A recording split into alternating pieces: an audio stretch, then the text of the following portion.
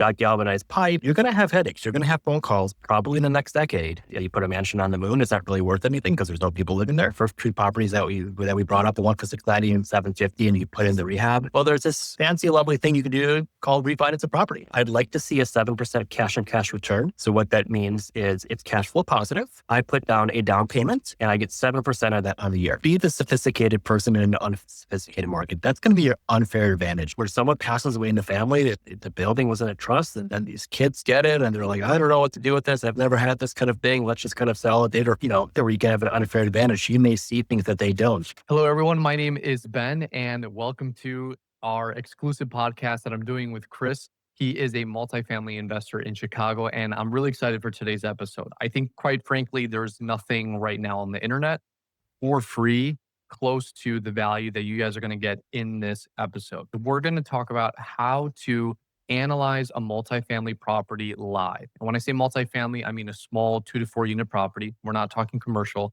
but we're going to do a deep dive in the science and the art behind getting these multifamily properties via house hacking or simply investing in them.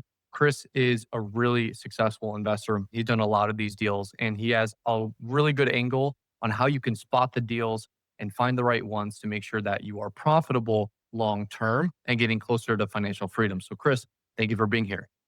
Ben, thanks so much for having me the second time. I know we've done this before. A really exciting topic that I agree is not spoken about enough about these intangibles in analysis, deal analysis in this small multifamily space in Chicago. Chicago is our market, but I think this applies to a lot of other markets as well. So even if you're across the country, stay to the end because we're going to cover a lot of good nuggets here. So first things first, guys, before we start, what we're going to do is actually bring up real multifamily properties that are for sale or have been sold, and we're going to analyze them in real time. So you guys can get a feel for how these guys, how these investors like Chris think at a high level to be able to analyze these properties because everybody's looking for a deal, right? But how do we find what actually is a deal? But before we do that, let's talk about the buy box. Let's talk about the fundamentals and principles, Chris, that you have before we even start analyzing these deals. Can you explain a little bit on that, please? Absolutely. Yeah, that's just hands down the place to start is having a crystal clear buy box. And a buy box is essentially what are the parameters, what other metrics surrounding what is a deal to you or where you want to invest. So at the very beginning, like let's put out there first that real estate it exists for people, right? Yeah, you put a mansion on the moon, is that really worth anything because there's no people living there? But defining kind of like what market you want to invest in based on what people live in that market. And then you can, of course, develop your buy box geographically. So telling your agent, for example, I'm looking for properties, the north street is this, the south street is this, the west and the east or zip code type thing.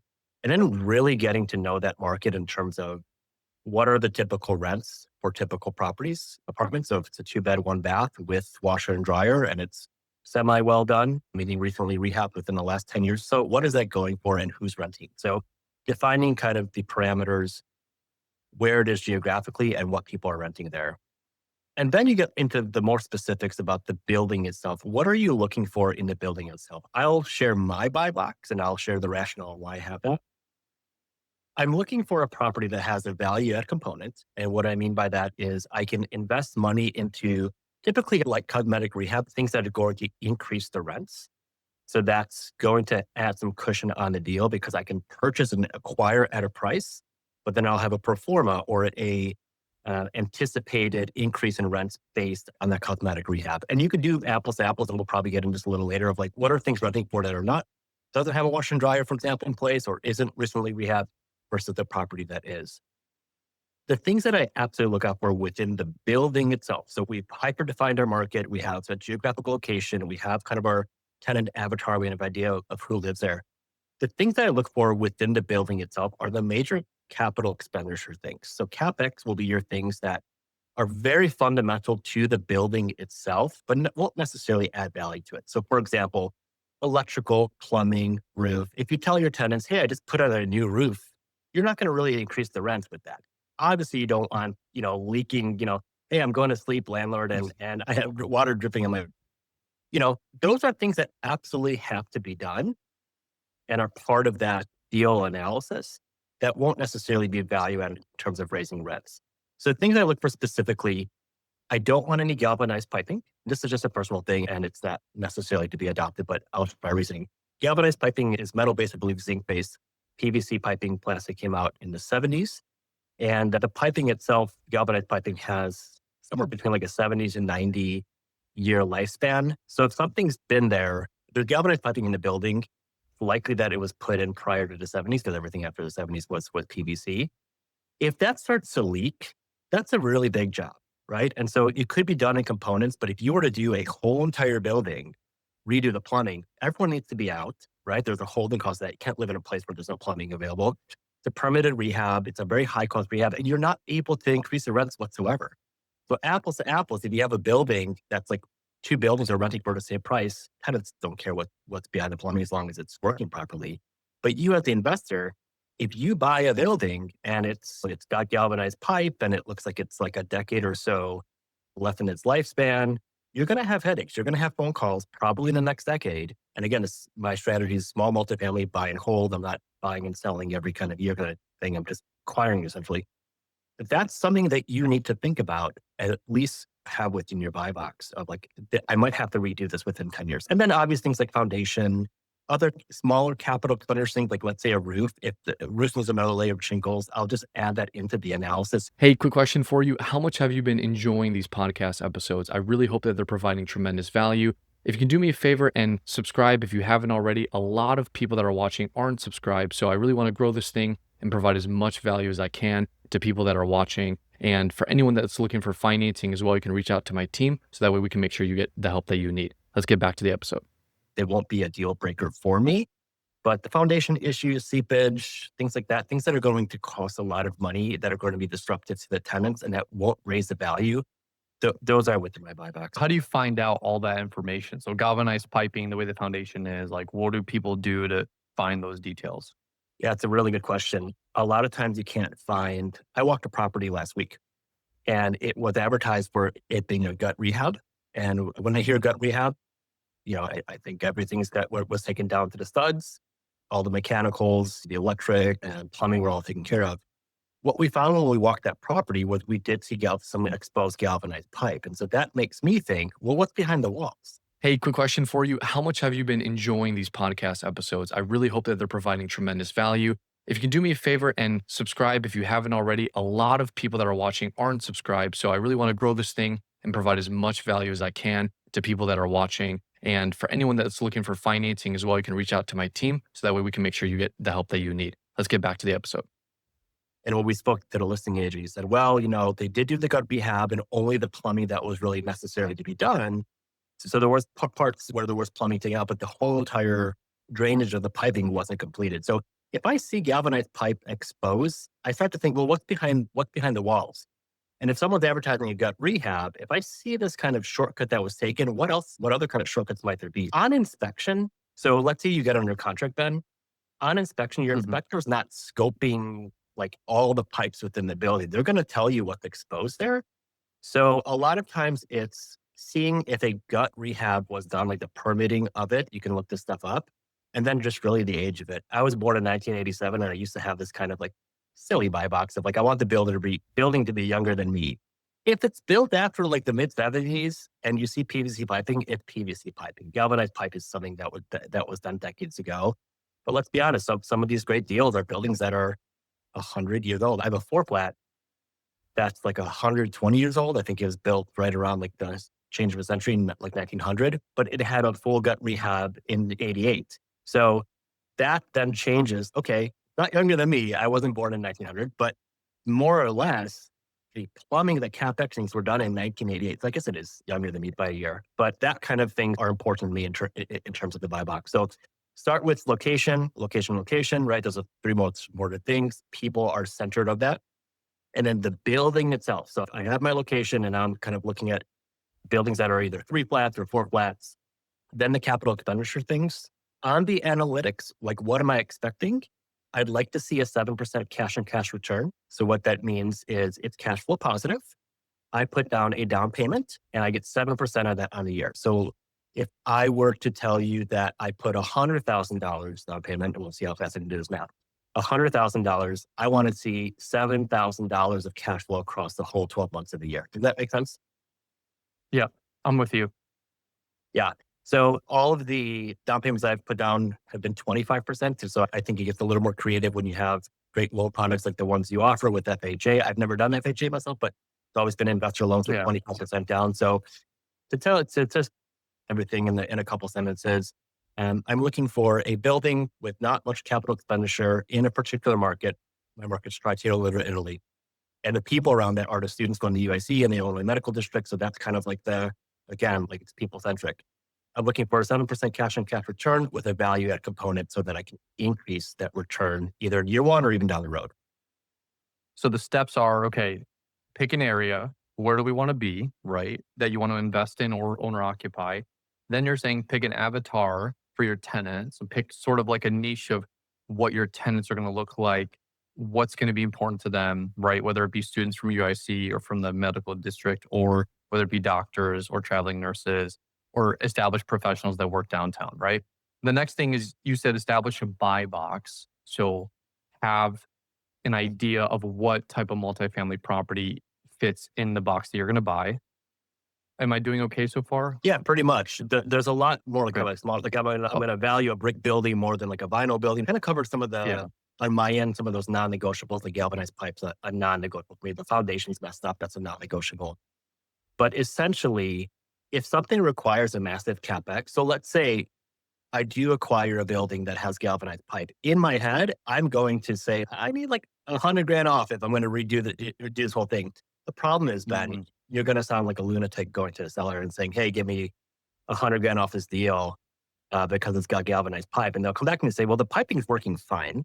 So go shove it. We're not going to take Right. 100 grand, So that's kind of how that works. It's kind of just knowing kind of what headaches you may have in terms of the capital expenditure.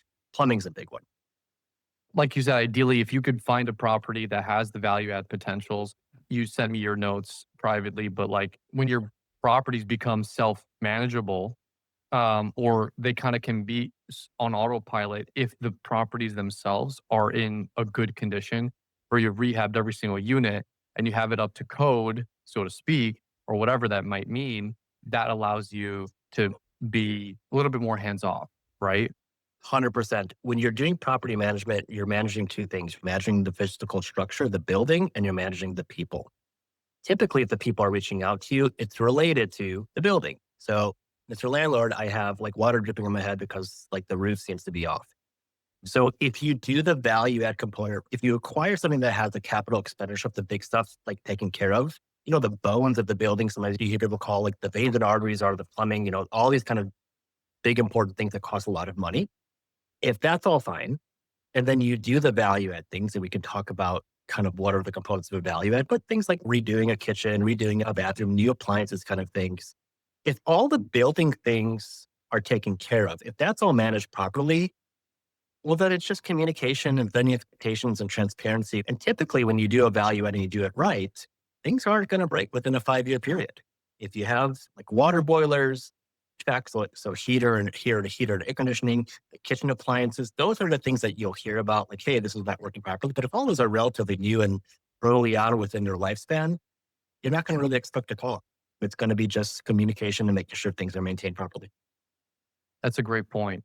And so we'll talk about in a second what the value adds are. Guys, when we say value adds, we mean what in the tenant's mind gives them a justification of that price, right? So what is in that unit that tells the tenant, you know what, I would spend X amount a month because it has XYZ amenities or XYZ benefits, right? That's plain and simple, like fourth grade explanation. Let's get into the meat of everything now, Chris. Unless you have any final points, do you have anything else you want to add before we start analyzing? No, not at all. Let's dive into the Okay. kind of the nitty gritty details. Cool. So what you could do, you can start with Claremont if you want, looking at those two since they were right next to each other. That will be a good one to look Yeah. at. What we're going to do, guys, is we're going to take a look at two properties, the same exact properties, built by the same developer, same year or so. These like mid 90s properties. We'll dive into kind of this value add component, like kind of like how you would, the kind of intangible calculation you're making that doesn't make its way on a spreadsheet. It's kind of the vision piece of it. So one thing, guys, about investing that we found is it's both a science and an art, like I mentioned in the beginning. So the science component is like there are costs associated. you have to look at the expenditures. We have to break down the bottom line, right? What's the cash on cash return? What does that look like? I think as a house hacker, you're not as concerned about cash on cash return. Like Chris, in his stage, he's more focused on, hey, if I put this much in, how much am I getting year over year? But for guys that maybe are like my age or they want to start house hacking where they live in one unit and they rent out the other three, but for you guys, it's not as important because that can come down the line. But the point is the art piece is what we're also going to cover is how do you guys find what is the missing link that cannot be found on a spreadsheet, like Chris was saying. We're pull up just to kind of unpack that high level. Everyone and their mom is going to go to their real estate agent and say, I'm looking for a deal. Find me a deal. Right. And so what are they really saying with that? They're saying, I want to buy something below its value. I want to buy something pennies on the dollar. If something's selling for, there's a forfeit selling for $1 million, $900,000 is a deal that's a 10% discount, so to speak. This space of small multifamily, I feel like there's a lot of unsophisticated players. And so your competitive advantage, your unfair advantage, be the sophisticated person in a pool of unsophisticated people. Every single one of these buildings has a story. It could be owned by someone for 4 decades and their whole family lived in it. This is not at all uncommon in Chicago. And so they may not know what they even own. They just kind of like, okay, this is kind of what buildings are selling for. You use a word like cap rate. They have no idea what you're talking about. They're not investors. They're what I call like legacy landlords. They bought back in the day. Their building's worth $1 million, but they bought it for 150K in the late 70s kind of thing. And so they might not be thinking that way you are. And we'll dive into these like value add things, like things like adding a washer and dryer, like doing flooring and paint. They might not think about these things, but when you see a property, you already kind of have to have a kind of a playbook in your mind of like, what value add components could I add?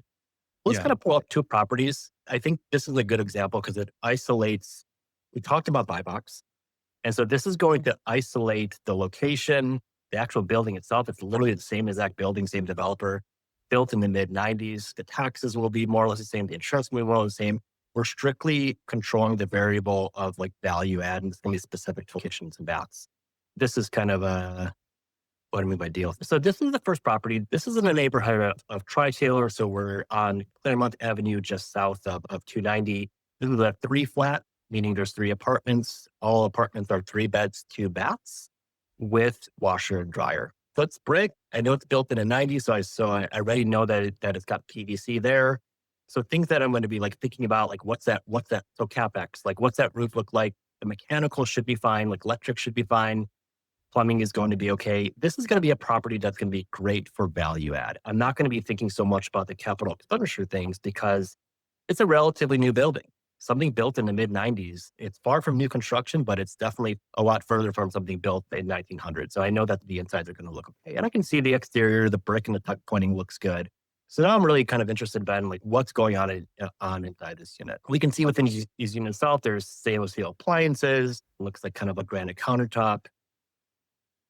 One has like tile.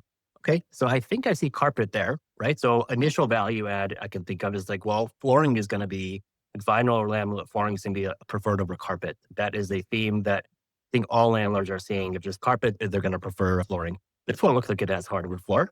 So this is the top unit. I know it's a top unit because I see that there's a skylight there.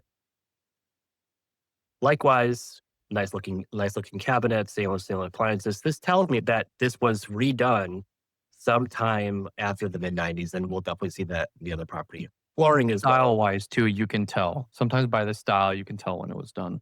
100%. Yeah, you'll see kind of the bricks, the Backsplash. backsplash that you see kind of in the back. Yeah, back around like I don't know, like 2010, you saw all those ones with like the little like glass pieces. It's kind of like glass mixed with stone. Not that's necessarily outdated, but definitely something that was popular like 15 years ago or so. That's almost like, okay. I mean, I see that there's a door there. That's great. If there wasn't a door, I'd want to put one on there. These things cost maybe like $250 and then you just kind of install them. I think they're better than curtain rods. Yeah, you can kind of see the backsplash there. The blinds look okay. And I'm bringing up the blinds, but those are kind of things that I wouldn't worry too much about. They're kind of these fixed. There's fans in the rooms. That door looks fairly you. Look at the lighting, Ben. So this is probably not the way the building was built. So I can see that they added those LED lights there. Looks pretty good. And then, so this is the back of the utility room. I know these buildings actually fairly well.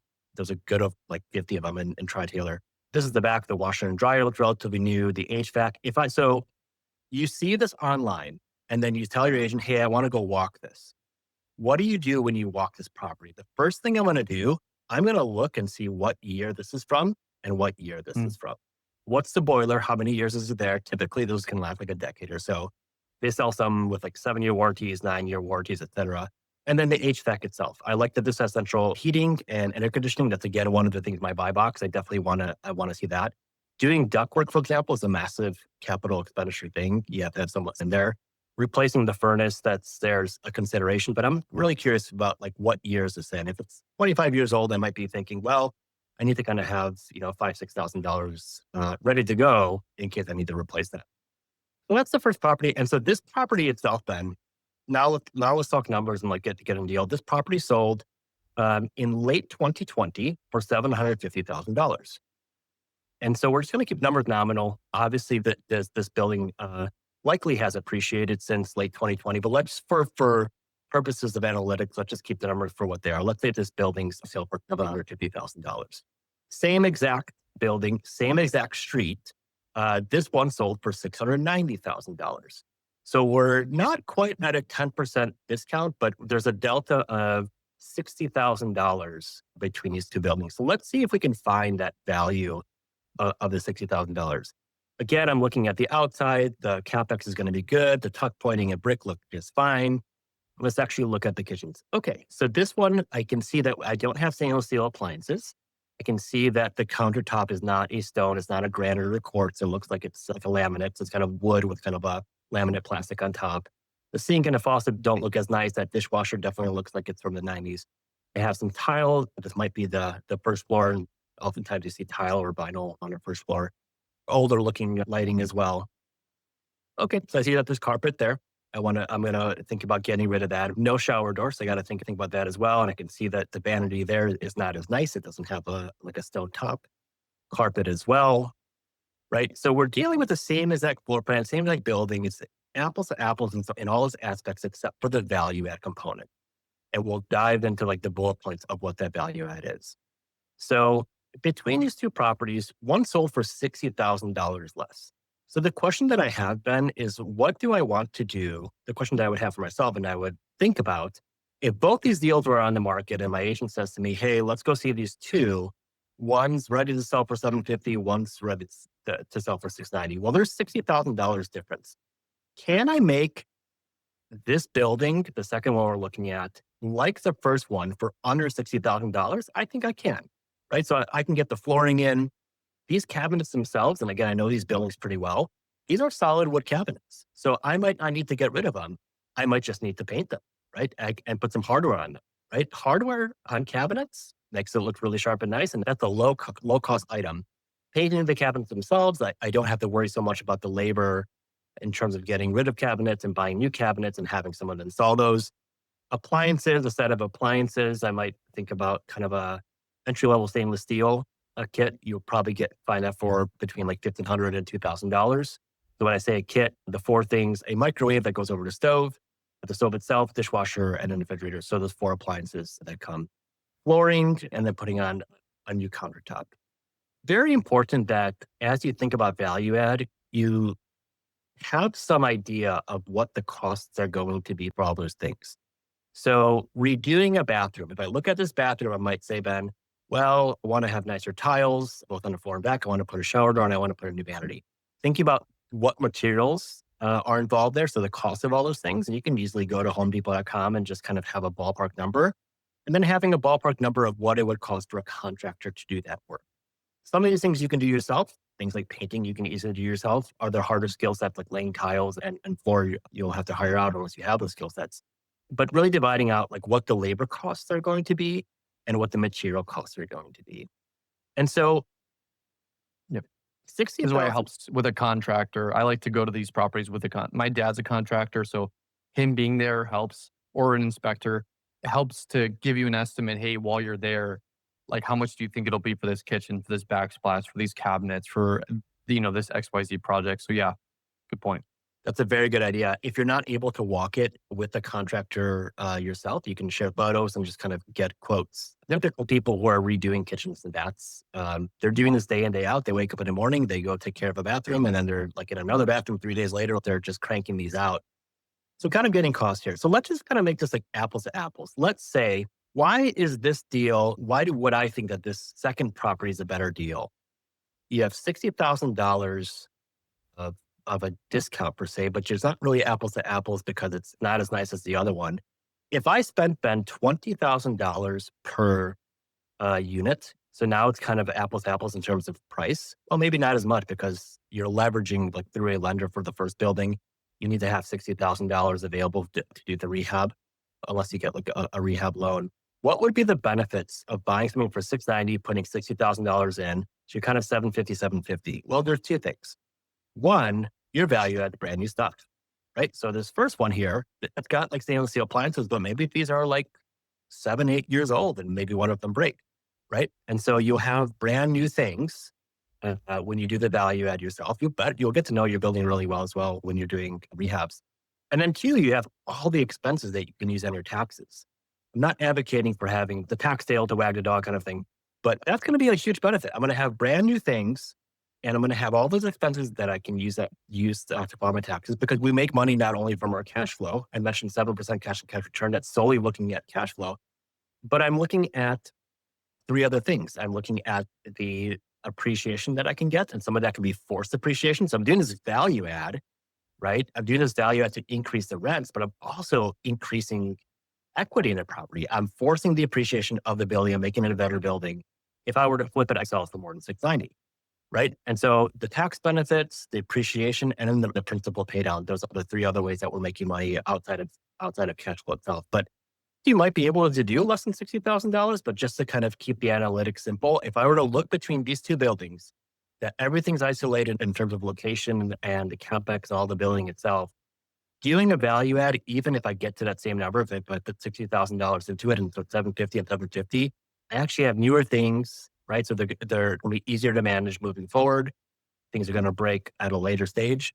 And I have all the expenses that I can do. So this is a great example of a value add. It's built in the mid 90s, like capital expenditure things. I would mainly be looking at like the furnaces and things like that, kind of like the appliances that would break down. But even then, those are going to be a lot less costly than something like that. Right.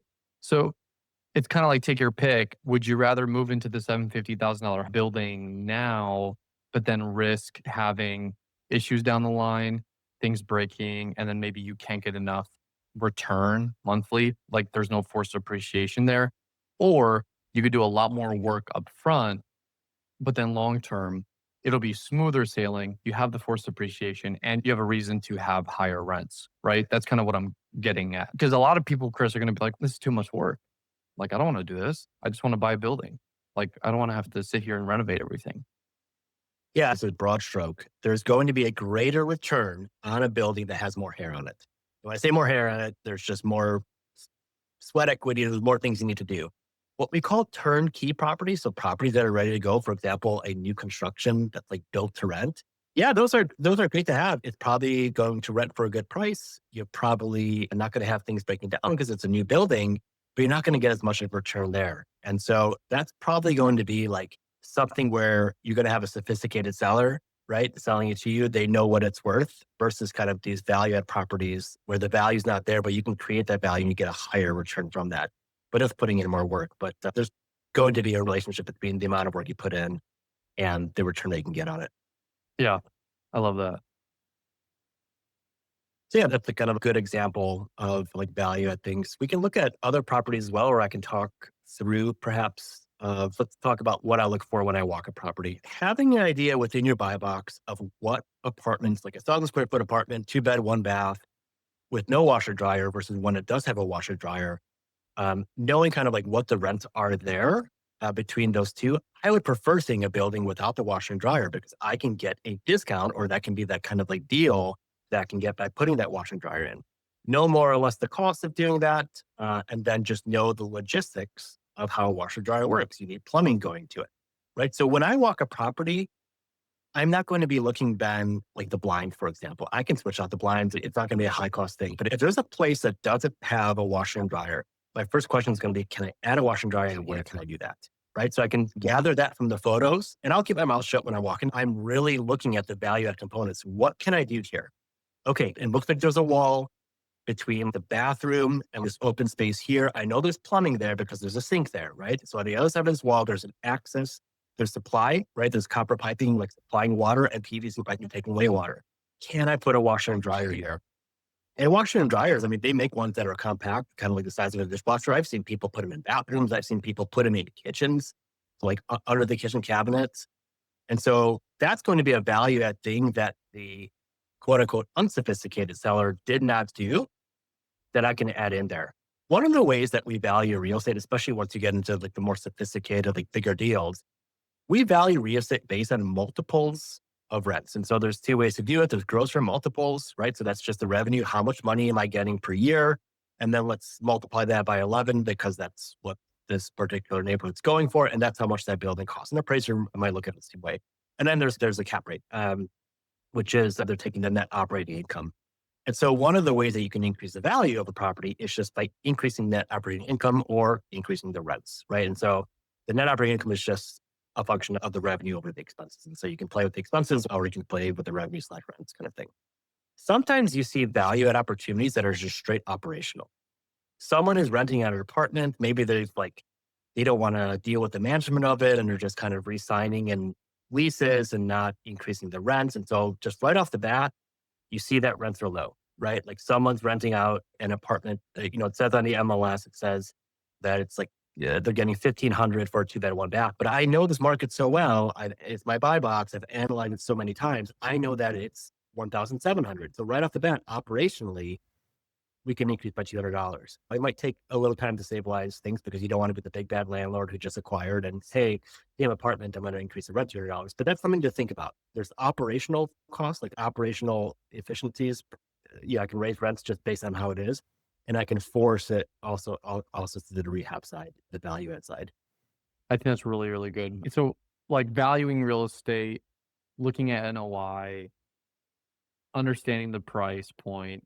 How do you know you're not overpaying? I think those are really key indicators too, like knowing the math behind, like it's both that math and that art piece. There's a lot of in the beginning legacy landlords. We talked about this, guys that came in, bought in the early 70s, 80s, maybe even 60s for really cheap, and they didn't buy it from an investor perspective. They just bought it because they wanted their families living in the other units, right? It just not till recently, I think the multifamily game sort of evolved and changed to where now it's really about like, okay, making money, financial freedom, right? All the stuff that we're Yep. doing now. But still, there are a lot of people that are, I think, clueless. And I think that is the advantage. But like you mentioned something really important too, Chris, Mhm. is that because you've analyzed so many deals in your specific geographical area that you're targeting, that now you've just gotten really good at looking at a deal with only a small percentage of the information, maybe.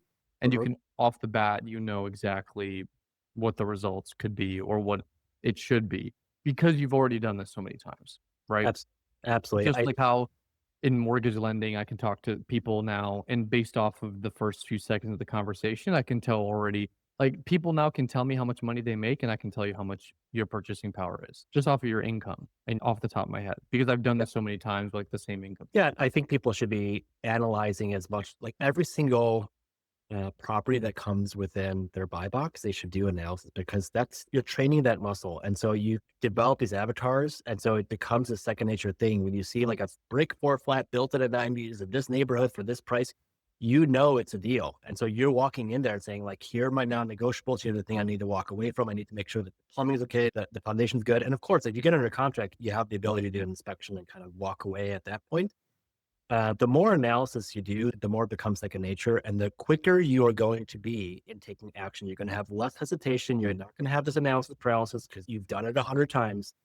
You're going to be able to act a lot sooner, and you're going to know that data. You're not going to have to necessarily like reach out to your agent and say, "Tell me about this market and about the rents there." You've seen these properties. You know that answer on your own. You know what the market's kind of dictating in terms of rents there. And just to kind of unpack a little bit about kind of like the art side, the science side is the spreadsheet, right? The science side is doing your analysis, the quantitative portion of it. So here are the rents that I'm getting. If I put 25% down on the table plus the closing costs, my mortgage is going to cost this much. The taxes look like they're the taxes are going to be this, the insurance is going to be this. And so kind of doing that revenue over expenses and developing that cash flow number, that's the spreadsheet part of it. That's the quantitative part. That's the science part of it. The art part is kind of having that vision, being that sophisticated person in a room of unsophisticated people and looking for things that people aren't seeing. And so I'm just going to like rattle off like a few of them. Washer and dryer, hands down. People are specifically at times looking for properties that have washers and dryers in unit. They might not even consider a property that even looks nice, but they have to take the laundry offsite. I think last time we met, you mentioned paint, just the value of there's a spectrum of like how much you can increase rents based off like how much putting in. And paint's definitely one of those where it's like a low cost thing that can really transform a room. I would say the same say about flooring. It's fairly low cost and it would look better. Um, Sometimes you get properties where you walk and you're like, holy cow, I can add a bedroom right here, right? That'd be a pretty sizable value add. It's not really that expensive compared to the return that you're going to get. But it might be one of those things, Ben, where the people who are selling, even a listing agent, doesn't see that thing, right? They see like, well, this is a really big living room and it's a really nice living room, but by adding an 8 by 10 bedroom, you might be able to increase rents by a few $100s. You can get your money back on that within a couple of years. And so that would be a great example of a value add. So when you're walking properties, you kind of have to have these metrics in your mind of like what value add component is going to add and are they feasible, right? So a bedroom is going to be one, wash and dryers, hands down going to be one. And then of course, all the cosmetic things. What do the kitchens look like? What do the baths look like? Those won't show up on a spreadsheet. If we're just like sending properties to each other and saying, hey, here are the numbers, it is a numbers game, right? Like the numbers don't lie, but there's going to be something behind those numbers. That value add there's kind of like an art to it there. Yeah, those are some of the things that the CapEx things I definitely have it in my mind as I'm walking a property. And then what can I do from a value add component and will it be feasible? That's key too, because like humans are emotional. We're not logical robots that operate like economists think that we operate, right? So as an investor, guys, it's important to note like what are some things like that I could do? Like the washer and dryer is a value add Mm. just because I don't want to have to go to the laundromat. I can just do my laundry around my house. It can go for any other like if you paint's great, but if you paint it yellow, then it might not be a good idea. So like knowing like what do humans want? I mean, what does your avatar want? What does your niche want, right? If you're doing a short-term rental, completely different strategy. If you're doing long-term rental, people like more default looking aesthetics, stuff that could probably, that most people would like. You want to stay kind of in between, but sometimes being a little unique is okay. It's a spectrum. It just depends on, right? I'm curious too, like if you want, Chris, if you could share your screen and maybe go through like a calculator and you can make one up. Like we can just do a made up scenario as we kind of wrap up here. I would love to see kind of to break down how the multifamily calculator works and what you do there. Absolutely. So they have calculators. I'll first say that a lot of this is back of the napkin. I used to not use a calculator. I would just put out all these expenses. And so, what are the expenses? We'll go from it a little bit. I'm going to pull up the calculators that I'm using now. I subscribe to Bigger Pockets Pro, and they have a pretty nice calculator. It's not that unique. You find a lot of other nice calculators out there, but it's just convenient. You can just put in all the things. But the big things are going to be from rents are going to be your revenue. And then on the expense side, it's going to be your mortgage is probably going to be number one, your property taxes two, utilities, so you're going to pay like common electric. If you're paying gas in the units, water bills, those are going to be smaller things, but definitely think that should be added in there. Insurance. I would say the two things that to really watch out for, I think this would be a really important point on the analysis side. You can increase rents, and you certainly saw this in listings like in 2022. People would talk about performer, like, hey, it's under market rent. I kind of cringe when I see that in a listing because it's like, well, if it's under market rent, why aren't you renting it for more? Like there might be Yeah. some resistance to raising that rent. Like you might have a good enough product or so much value that needs to be done to get to that rent. But rents can go up, but you know what else can go up, Ben? Expenses. And right now, like property taxes and insurance is such a national topic. Cities need more money. The insurance side, there's greater risks. There's a lot of more natural disasters. I own a building that was built in the mid 90s that I switched insurance companies because the one I had was like doubled up their premium. This is not at all unique. Like a lot of property owners are getting premiums. But I reached out to my agent and said, hey, what else is out there in the market? And we found another policy that would work. And so they did an inspection. The inspection was really just me sending them photos. And one of the things that they asked for was send us photos of your electric panels. And so I did. And again, this building was built, I think, 1993. So, not new construction, but it's relatively modern electric panels. Well, they said, well, these electric panels need to be changed out. These were the company that made them was a company called Challenger, which went belly up because they had recalls on their panels. They were overheating. And there was cases where homes went on fire based on these panels. And it was like 0.3% or whatever it was, but it was enough for this company to get that attention. I had to switch out all the panels. It's 5 units plus a common. It costs $1,000. It costed me about $1,000 per panel. So that's $6,000 and there was no value add there. And so that's something that came from insurance. And I said to them, listen, these panels have been in place for 30 years. I'm not too concerned about a fire here. I don't think these were kind of part of that recall. They didn't care. We're going to drop you unless he's changed. I talked to my agent. Can we find another policy? He's like, listen, I don't think you're going to get on this one. I think you just need to change the panel. So my point is expenses can certainly go up from the insurance and property side. I'm going to pull up a property that I've already analyzed. I think it'll be a little bit easier to go through. Yeah, since if you already have the data. I mentioned some caveats that'll be important in the analysis because you'll get these numbers from the listing, whether it be the MLS or if you're doing something on off market and you ask for those numbers. It'll be important to note what numbers are actual and what numbers are estimates. So when I say actual, they'll say like we paid for water for the last year. And that's like to the dollar, it's exactly what we paid. So that'll be good to see. You'll start with the purchase price and you can add in the extra closing costs. And those are, not going to be that significant compared to other costs in the deal, but you do need to, think about those because that's money that you're bringing to the table. So the purchase costs, what you're going to purchase it for, how much you're going to leverage, how much down payment you're going to put down, if it's going to be like a 75% loan to volume or a 90% loan to volume. You're going to add those later details. You're going to look at what are current interest rates. You're going to keep in touch with your loan officer like yourself and say, hey, Ben, I'm looking to buy. What are current interest rates? And before you even do the analysis, I'm sure you're going to be an advocate for this. Talking to your law office, say, what can I buy? Hey, this is my financial situation. What types of loan products are out there? And what do I qualify for? And then someone like you will say, Chris, you can qualify based on your income and blah, blah, blah. You can buy a building in the $750,000 range with 25% down. That's kind of what we're looking at. And here's your pre-approval letter. It's good for 3 months kind of thing. And so then you're ready to go. It really kind of in this market, you need to be ready to go. You can't see a building and say, well, like, give me 3 months to think about this.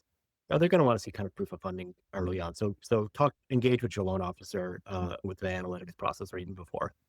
I just put 6% here and you can always play with these numbers too. If you don't have a calculator, just go to Google.com and put in mortgage calculator. You can find one pretty easily just to know ballpark. Hey, if I take out a $500,000 loan at 6.5%, what's that going to cost a month to month? You got to put in your terms as well. So it's like a 30-year, for example. You put in the gross monthly income and you can play with these numbers as what they're currently renting at. And you kind of figure out if I were to do a value add and I can get it for this much, what would that number be? The expenses are the big parts. So property taxes, I kind of want to focus on this one just a bit because the assessor's office in Cook County reassesses properties every 3 years. If you go to the MLS or the listing and it says, here's what we paid for property taxes, we paid $10,000. Keep the number simple. We paid $10,000. That's the actual number of what we paid for property taxes. And you just say, okay, that sounds great. It's an actual number. I'm just going to put that in my calculator. Well, go to the reassessor's website. I'm just going to go ahead and do it right now. So I'm just going to go to Google and I'm going to put Cook County Assessor's Office. The property taxes are based on the valuation of the assessor's office in Cook County. Now, we're just focusing on Cook County because that's Chicago's county.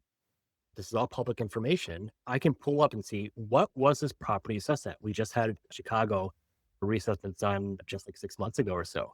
You just went to Google, find a property. I can either put in the 14-digit PIN and you can find those on all MLS listings, or I can put in the address. All this is public information. If I'm interested in buying a building for $750,000 and I've done the analytics and I see that, yes, it is in fact worth $750,000. It meets my 7% cash on cash return. It's within my buy box. If I see that the assessor's office says that it's worth $500,000, I'm going to expect, because it's going to be a recorded sale, that assessor's office is going to say, well, that building, we actually had it undervalued. It is in fact worth $750,000 because someone bought it off the MLS for $750,000. Now, that won't necessarily equate to 50% increase in taxes. The way I understand how this is done with the assessor's office is you kind of like if the whole entire city went out for dinner and we're splitting up the check, and someone got the Caesar salad and the other one got like the tomahawk, steak for $100 kind of thing, the person who bought the steak is going to be paying more. So they kind of look at the taxing bodies of, well, the schools need money, the police department needs money, and so like how much of the portion have. But if your reassessment is going to go up 50%, expect your taxes to go up 50% as well. It's not going to be necessarily completely correlated, but that's something to think about, right? So be ready for that. If you buy a building and it barely cash flows and it's reassessed at a lower value, expect your property taxes to go up, and play with those numbers and add those in. You get to, if you're house hacking, you get the homeowner's exemption on the property taxes, which does help. You can Yep. get 500 to $1,000 off a year or 2,000 off a year. But just know that, yeah, after you move out, right? Because that eventually that's the plan, you're going to have to account for those adjustments. Yeah, that's an excellent point. Having the exemption. And then it also can go vice versa. There's no promises here, but let's say that the assessment office overassessed the property. There's certainly cases of that. You've seen that on the news where Yep. property is look legit worth $500,000, but the assessor says it's worth $1 million. Well, you can go get like a tax attorney and then appeal that. Not a tax attorney, but like ones who focus on the assessment of the property. And then you can appeal and say like, hey, here's the data that it sold for this off the MLS, off the open market, and they can decrease the assessment tax. Of course, they can tell you no, but it can kind of go both ways. Insurance, knowing ballpark insurance for that neighborhood, and you can kind of see what they're actually paying. But then again, you always need to ask yourself, like, you can get an insurance policy that has a very low premium, but might not cover much. So there's going to be a correlation between like what's covered in a policy and what people are paying. Not every policy is going to be the same. So your big three costs are, you're going to have money that you bring to the table. Your big three costs are going to be certainly your mortgage. Most people are not buying, for cash. Most people are leveraging quite a bit. Your property taxes, and then your insurance. And then your other things, you need to think about electricity, right? So that's not going to be too much, but the common area electricity, if you're paying for the electricity and if you're offering that with your leases, that's something to consider as well. Your water and sewage, if you have a property that has 5 or more units, that's considered a commercial property. You do need to get a private waste disposal. It's not something that's offered in the city. If we're talking 2 to 4 units, that's included within your taxes. You don't need to pay anything for garbage, but of course, electricity as well. So that's how I analyze things. And so now we're just going to updated analysis, and this just is going to give me the raw numbers. This property itself, I think I had it for like 1.6 million. I would need about $420,000 to bring to the table. Rental income's $15,000 per month, but the expenses are $11,000. So this one meets a 10.5% cash on cash return. It's going to cash flow this much per month. And of course, that's if nothing goes wrong, if I don't have anything break kind of thing. So that's part of that kind of value add component and thesis as well. And then I'll get like a 5% annualized return. A lot of these fancy calculators will give you kind of a 5% return, or they'll also include some of those non-cash flow ways of increasing money, things that are within the IRR or internal rate of return. So principal pay down, tax benefits, as well as appreciations. You can kind of get those there. But I would say solve the cash flow first. These less sophisticated calculators, or even just doing this by a calculator on your phone and a back of an napkin kind of thing, solve for cash flow, make sure that is cash flow positive. And then certainly think about where you can raise rent through value add, CapEx things, and then the fixed expenses, things that you will never get away from, like property taxes and insurance. Perfect. Yeah. I mean, it's nice. Like there are softwares out there, guys, like Bigger Pockets. Like I use Rentcast and some other ones. Like it'll give you a nice clean breakdown, but Excel works too. Yep. Either way, both science and art, looking at the numbers, expect things to go wrong, hope for the best and plan for the worst, as we say, right? Yep. A lot of these properties aren't always going to be smooth sailing, especially if you're rehabbing. Growing up in construction, I cannot tell you how many times projects have gone south, like overnight. You wouldn't think they would. But then there's also a lot of other projects that have gone great, right? And so I think that's important to prepare. And love, Chris, as we end here, is there any final words that you have? Any last things? No, I just wanted to take us from A to Z on just the whole formula, or lack of a better word, kind of the whole process of doing things. One thing that I did not mention, that was first two properties that we brought up, the one for 690 and 750, and you put in the rehab. Well, there's this fancy, lovely thing you can do called refinance a property. So you can get your rehab money back out, and of course, if this is a long-term play, you can use that to scale things. But here's kind of what I would say. We talked about the buy box, and I think everyone should have their own buy box, focus on the people, focus on the market, and then kind of having the, what do you want to see on the physical building itself from a CapEx standpoint, value add standpoint. But here's kind of how I would conceptualize the A to Z. process of being successful in the small multifamily real estate scene. One, be the sophisticated person in an unsophisticated market. That's going to be your unfair advantage, your competitive advantage, right? And then you're going to do that to buy a building with good bones, doesn't have too much like problems that you have to take care of, preferably with a value add component where you can increase rents. After you acquire, execute the value add through either rehab or operations to raise rents with quality tenants. You can force appreciation with the building itself and have expenses for your town. Your acquisition, you're making money on the taxes through the expenses like later on down the road. You kind of have to plan in your mind. Three, you own the building, you've done a value add. So now you can self-manage with ease as the value add has managed the building. So now it's about, having clear and transparent systems of communication with the people and you're getting the right people into it through screening. And then the last step, you can either enjoy the cash flow due to the increased rents from the pre-acquisition numbers, or you can refinance and do kind of that BRRRR method, buy, rehab, rent, refinance, and then they kind of repeat through that. So that's the way I would look at this from A to Z. But it starts by being that sophisticated person in a pool of unsophisticated people. Every one of these properties has a story, Ben. There's so many small multifamily properties in Chicago. And so every one of them has a story. Some of them are investors selling to investors, and those might be more of a sophisticated thing. But sometimes it's just like, this is not uncommon either, where someone passes away in the family, the building was in a trust, and then these kids get it, and they're like, I don't know what to do with this. I've never had this kind of thing. Let's just kind of sell it. They don't, that can, where you can have an unfair advantage. You may see things that they don't. You may say, like, why don't they have, like, where's the bedroom? This room is massive. Or like, why isn't there a washer and dryer here? Like, don't say that out loud. That's kind of in your mind of your value add thing. But be that person who has that vision, who applies the art within a deal analysis where you can get that deal, quote unquote. Because they're going to say to you, Ben, I know this is worth $1 million, but 20% discount, here's $800,000 on this building. No one's going to do that, right? So when you go to your listing agent and say, I want a deal, what you're really looking for is, I want to apply the art of analysis, find, and this should be included in your buy box as well. You can include however many things you want. You may say to your agent, I'm specifically looking for buildings within this price range in this market, but ones that don't have washer and dryers in there. That's actually better than the one that does, because the one that does is you're going to pay for it up front, but you can get it a lot cheaper, plus have the new appliance, plus have the tax expenses, do that value add. Obviously, there's a spectrum there. You can go nuts and crazy and pay six-figure. That's why I say the CapEx things I kind of stay away from. But those are my kind of last thoughts on kind of the A to Z formula of analytics. Yeah. Well, Chris, I appreciate your time. Thank you so much for doing that deep dive from A to Z on these properties. I think a lot of people are going to get some value out of it. Guys, if you have any more questions on financing these multifamily properties, I'm a licensed loan officer. I do a lot of these deals in and out. And so if you want help on analyzing deals, or you want to start house hacking, or you want to learn a little bit more, you can reach out to my team and I. I'll put my info in the description and all around the video. But thank you guys, and we'll catch you on the next one.